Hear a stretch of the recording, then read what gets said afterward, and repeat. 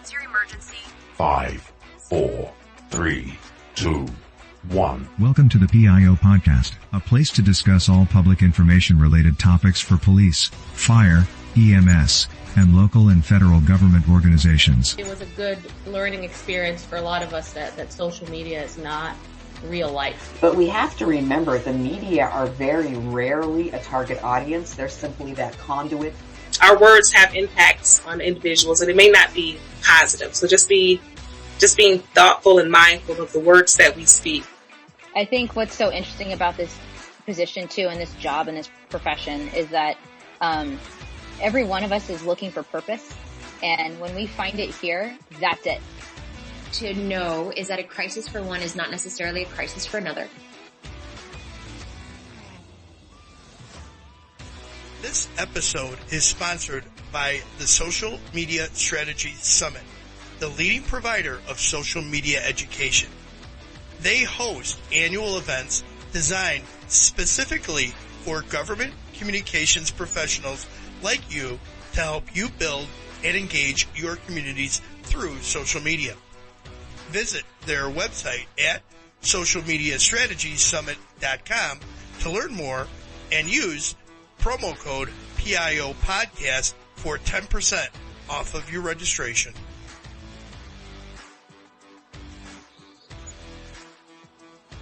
Good morning. Today on the PIO Podcast, we have Mike Koehler, owner of Smirk Media in Oklahoma City. Mike, welcome to the show. Hey, thanks for having me. I appreciate it.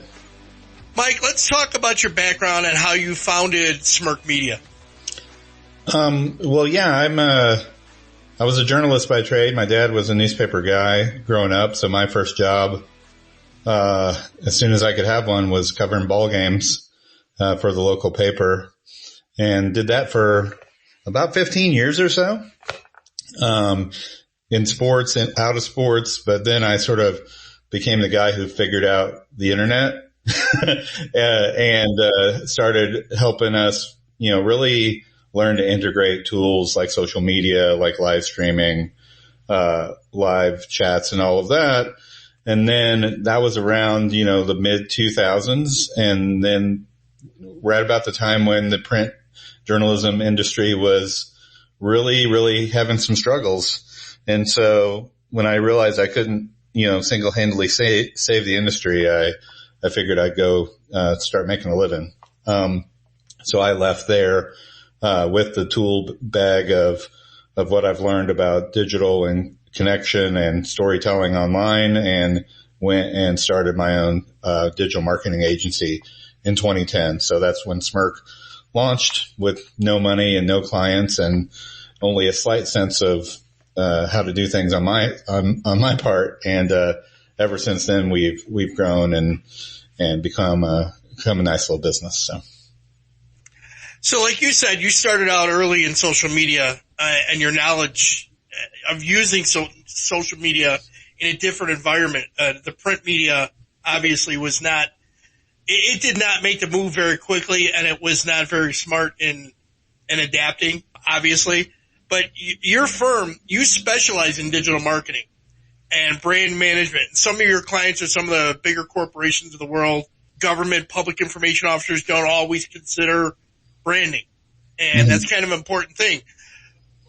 For those who wish to develop and implement branding, what should they be considering? For us, it really comes down to really defining who you are, defining who your audience is, defining who you are, and really the way that a brand to us is sort of the shorthand for how people understand your organization. And the more you can do to define that, this is who we are, this is what we stand for, but also in communication, like, how do you sound? What words do you use? What visuals represent you? And that whole definition around the brand and the brand voice is what we talk about a lot, is super important, especially in the space that a lot of your listeners are in now, where they're not only competing with other voices in the online community, they're competing with other voices who are trying to steal your authority or in some cases pretend to be you. And so the more you can be authentic and consistent with your brand, the better and deeper relationship you'll have with the people who are in your audience. Okay, so from the perspective of a PIO, connecting to the community they serve is very important. What recommendations would you have to help them connect? Well, it's really to me, it's about the consistency of the message. You need to sort of train in the people who are in your audience when they should expect you to be talking. So it's sort of the steady drumbeat of the regular content that you're putting out, and really having a clear idea of what that is. The more helpful that information is, the better. But also, you and the audience need to have a understanding, especially in the PIO spot, of when X happens, they know that you're going to be there with information. And the more you can telegraph that to them, in Oklahoma City, a lot of our stuff revolves around the weather. And so, you get in the spring in Oklahoma and some stuff is going to go down. But we have the expectation. Yeah, we have the expectation from PIOs at the city, from the Department of Public Safety. We know that when those things happen, we're going to hear important information in quickly and reliably from them. So you use the regular boring days to build up your reputation and your expectation for the days for the crisis days. Okay. Let me add on to this. So it includes having a strategy then, obviously, because if you're, Oklahoma City, let's use them as an example. They're in weather pattern right now where they're getting a lot of weather. And so is most of the country right now. The news media with the airlines and so on have been crazy. So it's having a strategy. In other words, planning out well in advance, obviously, what you want to do, and then drumming it out consistently on a regular basis, right? Right. And that's where I see some people make the mistake of they're only loading up during the crisis times, and they're not doing regular stuff to build the audience. And so that to me is, you got to check both of those boxes, and the planning of content, and then the extra level of planning content that's of a higher quality and in your brand voice is where the rubber meets the road, really. And it's the thing that can allow you to be a little creative, but allows you to, really see growth there. And that way you're not scrambling in the content creation during a moment of crisis, and and the audience isn't scrambling to find you and where you are and where am I going to find out that stuff. And so, it's really a strategic view of what type of things you're going to put out during a typical day, and then also having a plan ready for when things get hot. Okay, so social media obviously plays a big role in public sector, public information officers, what they do and how they interact with the community. What things do you see that they're doing well? And then a follow-up question to that, where do you see that they can improve? Well, I think responsiveness is sort of the answer to both of those questions. When I see the places that do things really well are the ones who are actively monitoring not just people who are asking questions of their accounts, but also directly, but also people who are asking questions just to the community at large that you're then able to answer. I mean, that's really where you can see the highest quality of work is like, it's not just, if I'm asking the city about a traffic, a street light that's broken, but it's that if I'm asking my friend that and the city is monitoring those sort of conversations and can jump in. And then the places where they're not doing well is when when people are just ignoring those questions altogether and only answering the ones that they're like super comfortable with or really, really have a great answer for, that's an interesting point. You bring up something that's interesting. So I've seen this in some agencies where they like to cherry pick who they're going to talk to. Right. Obviously, our audience is on most law enforcement and public safety. The audience, they're either there for one of two things. It's either they're pro police or pro fire, pro public safety, and they want to know what's going on in the community, or they have an issue with that agency and they're going to battle with them. So very frequently there's limited engagement with those other parties, especially in particular when they bring up legitimate questions. Sometimes it's just you'll ignore them and hope they'll go away. And sometimes engaging them and saying, hey, let's take this offline and let's have a conversation. Right. That may be a positive for you in the long run. Right. Yeah. And that's what we have a service that we do for a lot of our corporate clients that does just this. We call it active response. It's really a customer service function that we do, especially on social. And what we've found and what we've seen some studies bear out in the industry is that, the best thing you can do as an organization with your audience on social is engage with them, when they're talking positively about you. That sort of makes everybody feel good. You see a compliment, you take a compliment. Sort of the next tier down is answering a relatively benign customer service questions, things that you can answer pretty easily. What are your hours? When are you open? What are you doing this day?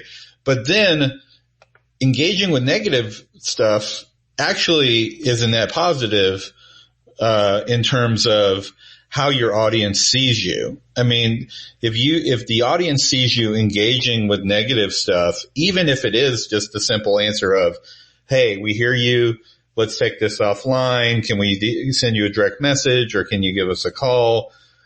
Even that level of engagement makes the rest of the audience feel like, oh, hey, these people, they feel positively about you because they see that you're not ducking things.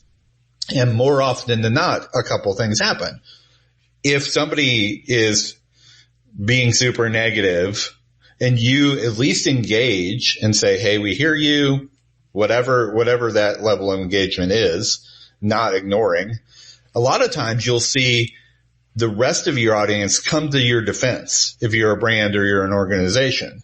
So you have this one negative comment, you engage, and that can spawn a lot of positive comments. Or if you ignore, what happens if you ignore it is one negative comment can then become a bunch of people cheering that guy on. Oh yeah, and then we sort of measure it sort of +1 for positive, -1 for negative. And so one negative comment can become 10 negative comments really quickly if you ignore them, but one negative comment can become 10 positive comments if you engage. And so, we really stress with everybody up to a certain point that you want to engage and reply to people. Now, I'm also, on the other hand, really cool with saying have very bright red lines. If people are using profanity, if they're attacking somebody individually, I'm all for not only not replying to that person, but getting them off your page. I have no problem with that at all. Yeah, we in the public sector, we have a little bit of problem with that though, because we can't, because it's considered a public forum. Yeah, you guys have some rules about banning folks. Yeah. We can't just, we wish sometimes we could delete some of the comments that come on there. We have to be very Right. selective and very careful about how and what we do and when we do it, because we can end up with legal battles. All right, so let me ask you this question then. As public information officers, that engagement that we have back and forth, what's your opinion on agencies that have basically shut off the ability for people to comment on their pages? In other words, there's no back and forth.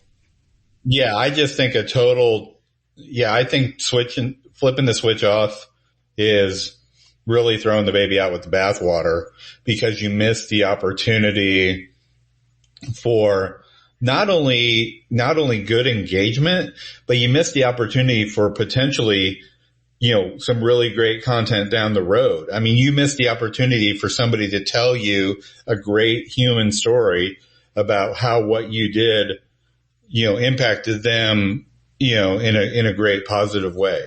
And that's where you can really, if you think about sort of the content that tells the story of your brand and that can put in the business sense, that's a testimonial, but sort of put a human face on things. If you're shutting off a funnel where that stuff can come to you. And that's where, especially in public safety, where you can hear these stories about a life that's been saved or a life that's been changed. If people have no outlet for that to tell you thank you, then you're suffering. You suffer because of that. Okay. So you talked about, what did you call it? Social listening, or what was it? Active response? You said Active response, right? Is what we call it. Yeah. Is there software that you're using for that, or is that just something that is, you're the platform like Facebook or Instagram, whatever it is, when somebody makes a comment, you're replying to that comment? Yeah, there's some tools that you can use. We use one called Sprout Social that helps, it's these tools that allow you to manage multiple accounts at the same time, but you can also set up search results. You can set up searches and keyword in there that can catch those things, like I was saying, that aren't directed to you specifically, but are just in the areas that you have interest in. And so, again, some of those ones that are outside of your account, you don't necessarily have to reply to all those, but those give you a good sense of sentiment of the public. Those give a good sense of what's going on in the community. And maybe, in a lot of ways, those can be a real idea farm for future content, or hey, if the public keeps asking this question, they might not be asking us directly, but maybe that's something that we should always have an answer, build a stock answer to, stuff like that. So it's really mining that data, for stuff that's useful to you in the big picture of how people are perceiving your organization. Okay. A follow-up question is, have you ever heard of a program called Zen Social? Zen Social? No, I have not. Yes. So it's one of these programs that judges sentiment about your organization or about your community and what they think of you, and it creates a percentage, and it's kind of weird because you look at it, and we monitor ours pretty closely in my department, and when the Zen Social thing comes out, we usually get it like a couple days later, and we look at it, we go, that wasn't the sentiment at all that was on our social media pages. We're like, where are they getting this stuff from? And I don't know if it's a conglomeration from a lot of things, and then it's boiled down into these percentages of positive sentiment, negative sentiment, So I guess it just depends on where it's gathering the data from, I suppose. Yeah, and a lot of that, this is when we talk about, when we've been talking about AI, we've been talking about this a lot, because some of those things are algorithms that just sort of measure the use of, they'll look for particular words, or they'll look for particular, an exclamation point or a question mark, and then they'll automatically sort of assign sentiment to that. But what we found is those tools and AI, honestly, don't understand sarcasm, which it has can really poke a hole in your sentiment, because I can be on social all day saying, oh, this company is so great, rolling my eyes, and that registers as a positive piece of content, when really I'm telling the people, my follower group, these people are full of it. So we do a lot of sentiment manually. We use, in our work in this area, we're using real people who live in the community. We're not using automation. We're not using people, overseas or whatever. So you've really got to read that stuff close, or else the sentiment just is a false reading. All right. So you brought this up. You brought up AI. This is such an issue that I see coming into not only public relations, but public information, because it's so easy to do the shortcut and use AI to do certain things. Right. And I get that. Everything, we always want to work smarter, not harder. I mean, that's an obvious. But when you hear stories about like a lawyer that used AI to, write a brief, and it created court cases out of nothing. And obviously he didn't verify that information. Do you see an advantage of using some AI in public relations? Well, where we're seeing it be helpful is really in answering simple questions and creating simple templates for things. It's not, don't try to get it to be creative, because that's when things get weird. But if you need a form letter, if you need, a sort of a templated email that you send out, you can have it create those. Everything needs to be read back by a human, because these, as sophisticated as all of this stuff has gotten, I still feel like people inherently can get the vibe that something is robotic when they're reading something. And so, I think so too. I agree. Yeah. And I don't know what it is. I think it's just a sense of, when I read the 10th email that says, I hope this email finds you well, then I'm like, okay. I know that a the machine normal is person is doesn't creating. talk that way. Right. Right. But using it as a time saver of, hey, can you, I ask it a lot of like, make a bulleted list of steps to take in a sales process, or some real sort of unwavering facts and information that it doesn't have to think too hard about. But and anything beyond that, things get a little wonky in terms of, especially like it pulling facts out of thin air that aren't true, and like that's where human discernment really comes in. Yeah, I agree with you. Are there any suggestions that you might have for tools or apps or software that public information officers can help make their job easier? Let's take a quick break. I think it would be useful at least to experiment, and I know some universities have started to experiment with this, but experiment with having, a required course maybe for all students entering the university. They used to have a course at my university, which was like here's how to go to college class, here's how to study and things like that. They don't have that course anymore, but instead of having something like that, have a course that show students, here's the history of free speech, here's how it. There's a lot of good low cost stuff out there now, and that really help, with consistency of design and everything. I know a lot of people like the site Canva, which is a graphic design site, really can take the place of a lot of expensive tools if all you're wanting to do is, create some good social media templated graphics that you can use over and over. We use Sprout Social for our social management, but there's Hootsuite is out there. A lot of these other tools are out there. So the more efficient you can be in not having to jump back and forth between all the different platforms and just manage them all from one space, the better that it is for a lot of folks right now. Can I follow up a question with you? So sure. A lot of the algorithms with Meta, especially in Instagram and Facebook, and then with Twitter, and nobody really knows what's going on with Twitter with their algorithm right now.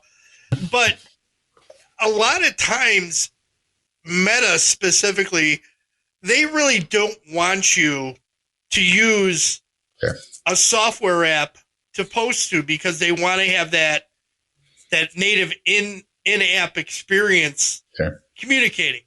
So they've created their studio or whatever it's called. I forget what the name of it is, in order to interact across the two platforms. Right. What's your opinion of that, about being forced to go to the native platform?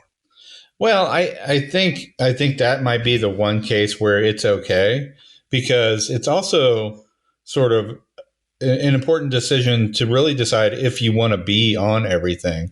I guess, you guys are in a different spot where maybe the obligation is there where you have to be on Twitter and Instagram and Facebook and whatever weird new thing comes down the pike. But for a lot of folks, I see a lot of folks that are just not worrying about Twitter anymore, to be quite honest with you, because it's such a place of insanity right now.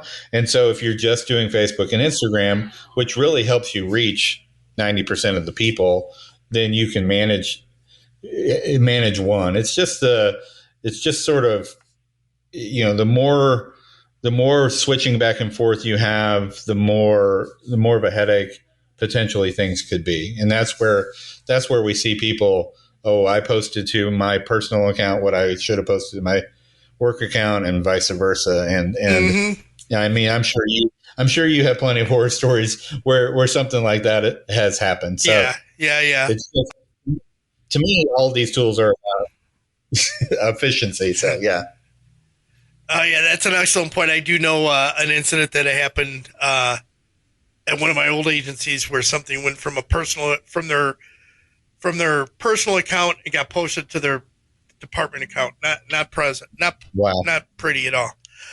Well, I was just going to make a joke. I mean, the most harmless it could be is, honey, I'm going to be home for dinner soon, and all the way up to something that could be a lot more personal and a lot more problematic. Yeah, so. Luckily it wasn't that. It was just more of a kind of open up a political nightmare for a little bit, but it wasn't all that bad. It just created question. That's all.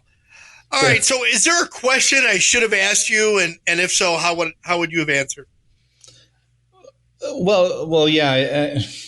That's always a tough question. I think it's always about looking towards the future, and I know we talked about AI, but part of our job really these days is figuring out what's happening next, and if something's trendy or if something's sort of flash in the pan. And, that sort of inevitably leads to the TikTok conversation. And so that's really where we're digging in to see how good of a platform that is strategically for people. And I think obviously it comes with a lot of caveats because of the ownership and because of the age of the audience and everything.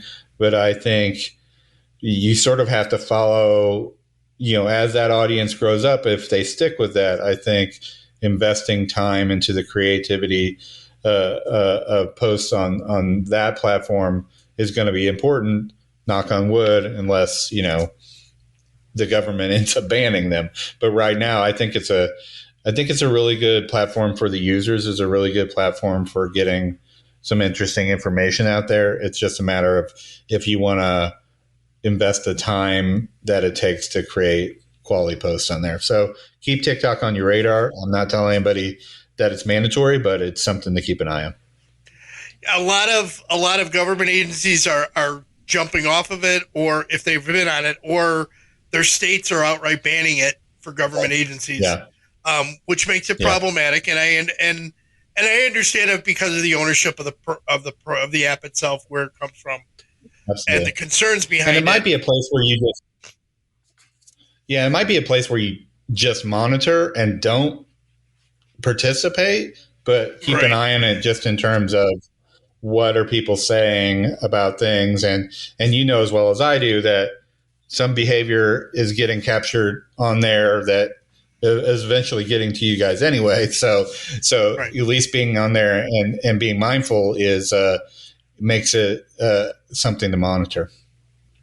Right. Mike, can you talk about some of the companies that you work with? Just the basic, like a name or whatever. Yeah. So where are you from? Out of, Robert? Where are Colorado you based Springs. In? Colorado Springs. Okay. So I always like to ask because our biggest client that we have is Sonic Drive-In. They're based in Oklahoma City, and there's some people who are like, if you're east of the Appalachians, you don't know what Sonic is, but if you're in God's country, then you know what a good thing Sonic is. So we do customer service for them online. We answer a lot of questions from their customers and keep that good feeling that they have about them. We have some other restaurant chains that we have too. We have the largest public utility in Oklahoma City, which we've been doing a lot of customer service for them lately because of the weather. But yeah, we don't really have one niche that we sit in. We try to just, partner with really great brands. Excellent. All right, so let's go into some rapid fire questions and lighten us up a little bit. Ready? Sure. All right, texting or talking? Texting. Coffee or tea? Tea. Well, cold coffee and hot tea is what is the way I play it. So. Okay. Adult drink of choice? Adult drink of choice? I don't know. I prefer beer to the hard stuff. So yeah, like a full Blue Moon with a nice orange slice in it is for me. Yeah. There you go. If you could have a superpower, which would it be? Oh, goodness. I've been asked. I always have a weird answer to this question, and people always think it's strange. But my superpower of choice would be perfect aim, because I could then go be a major league pitcher and be good at golf. And because there you go. Nothing wrong with that. There you go. Is there a book or person that had an influence on you? Yeah, when I was still in the newspaper business, I read a book called Good to Great by Jim Collins, which is about really successful corporations. And that really, honestly, changed my mindset and got me thinking in a more businessy way, in the way that we were approaching journalism. How do we accumulate that data? How do we focus on the stuff that we're really good at? And that book really changed the trajectory of my life big time. It was an excellent book. If you could have tea or coffee or an adult drink of choice with anyone living or dead, who would it be? Oh, my word. Probably the Lord, because I have a lot of questions. I have a lot of questions about his life and what he thinks about how we're doing right now. So I'd really want to get... That would be... Jesus, if Jesus could have some hot takes for me, that would be really helpful. That would be an interesting conversation. Is it better to ask for forgiveness or ask for permission? Oh, forgiveness, always. Especially if you want to be innovative, you got to break some stuff and then apologize later. So there you go. What key points would you like listeners to take from the interview today? I really... replying, we call it reply or die around our shop. Don't be, people are, here's what I would say. People are saying bad stuff about you already, even if whether you ignore them or not. And so if you engage with them, you're going to feel, it's going to hurt your feelings for a second. But if you engage with them you can either shut them off or turn them around, and either of those things is a net positive. So, excellent. Anything else you'd like to add? So yeah, I mean, I love talking about this stuff. So all my socials is MKOKC. I'm everywhere online, and Smirk New Media is the only Smirk New Media in the world, thank goodness. And so that's where we're at. And I will add all that into the show notes. Mike, thank you very much for being on the show. All right, Robert, I appreciate it. Good talk. You have a good weekend. You too. That's all for this week. We hope you enjoyed this episode. Another huge thank you to the Social Media Strategies Summit for being a sponsor of the PIO podcast. Join their First Responders Summit this April or their Government Summit this May. Learn more about confirmed speakers and programming at socialmediastrategiessummit.com and use promo code PIO Podcast for 10% off of your registration. We hope you enjoyed this episode. Be sure to subscribe to the podcast to get notified of the latest episode. If you are listening on a platform that allows reviews, please give us a review. We appreciate any review, good or bad. It helps us improve on each episode. Until next time, be safe.